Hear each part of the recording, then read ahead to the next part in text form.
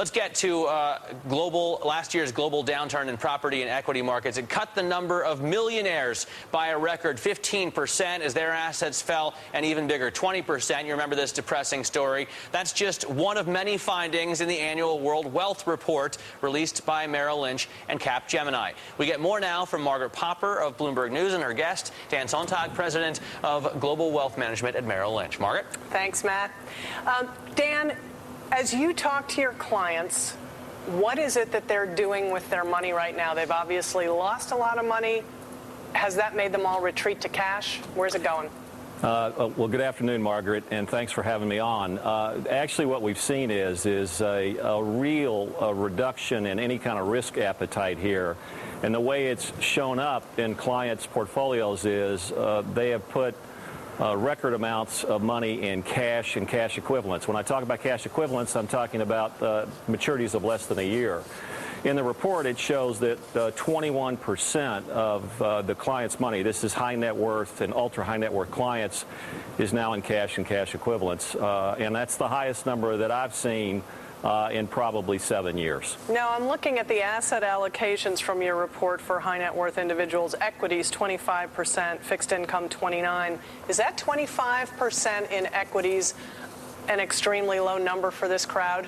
Yeah, I think actually, if you look at the report, if memory serves me right, I don't have it right in front of me, for the U.S. equity market, that number is down from 36%, so a significant drop. So we saw investors moving cash out of the equity markets because of particularly what happened in the fourth quarter of 2008, and most of that money went into cash. We're beginning to see some of the money extend into the risk curve by extending maturities from anywhere from a year to 3 years. We've seen that particularly at Merrill Lynch. So I'll give you a quick fact, Margaret. We were at the top. We're at 23% on cash. We're now at 22%. You say to yourself 1%, but it's 1% of $1.2 trillion. So that shows that people are now, in the last 60 days, starting to think about opportunities going forward in the marketplace. Now, how do individuals, the ultra-rich, think about using actively managed funds versus passive funds in an environment like this? Because they seem to have done better than the market generally in this downturn. The figures, I believe, if memory serves me right, is about 60% of the active funds outperform the indexes. Having said that, there is a real growth going on in the ETF space.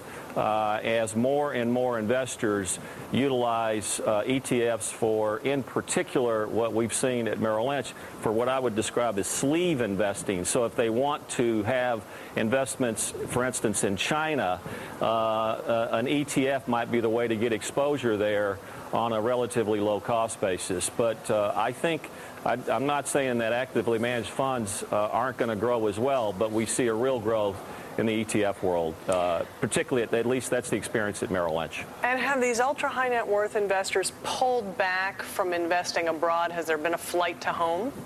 Actually, what has happened in the last year or so is people have come back to what they know best, which is the market that they actually are in. So on a global basis, not just in the United States, investors have pulled money into where they live. They have a better understanding of the markets there, and we've seen a flight to their domestic market, if you will. And that's been a global phenomenon, and it's just also been the same here in the United States. People have pulled some money out of emerging markets and foreign markets and moved them into the United States. Now, you're talking about risk appetite getting kind of more conservative here. Are you urging your clients to snap out of that at this point, or do you think that's the right place to be? Well, obviously it depends. Each individual client has a risk parameter that we want to make sure we stay inside of what their risk parameters are. But we are beginning to talk to clients, and they're beginning to want to have conversations about, instead of where they have been, which is kind of thinking about the past and in the moment, where might the opportunities be on a go-forward basis. And so, again, as I said earlier, the first step is out of cash equivalents, beginning to see that. Thank you. That's Dan Sontag, president of Merrill Lynch Global Wealth Management. Matt, back to you. All right, Margaret, thanks very much.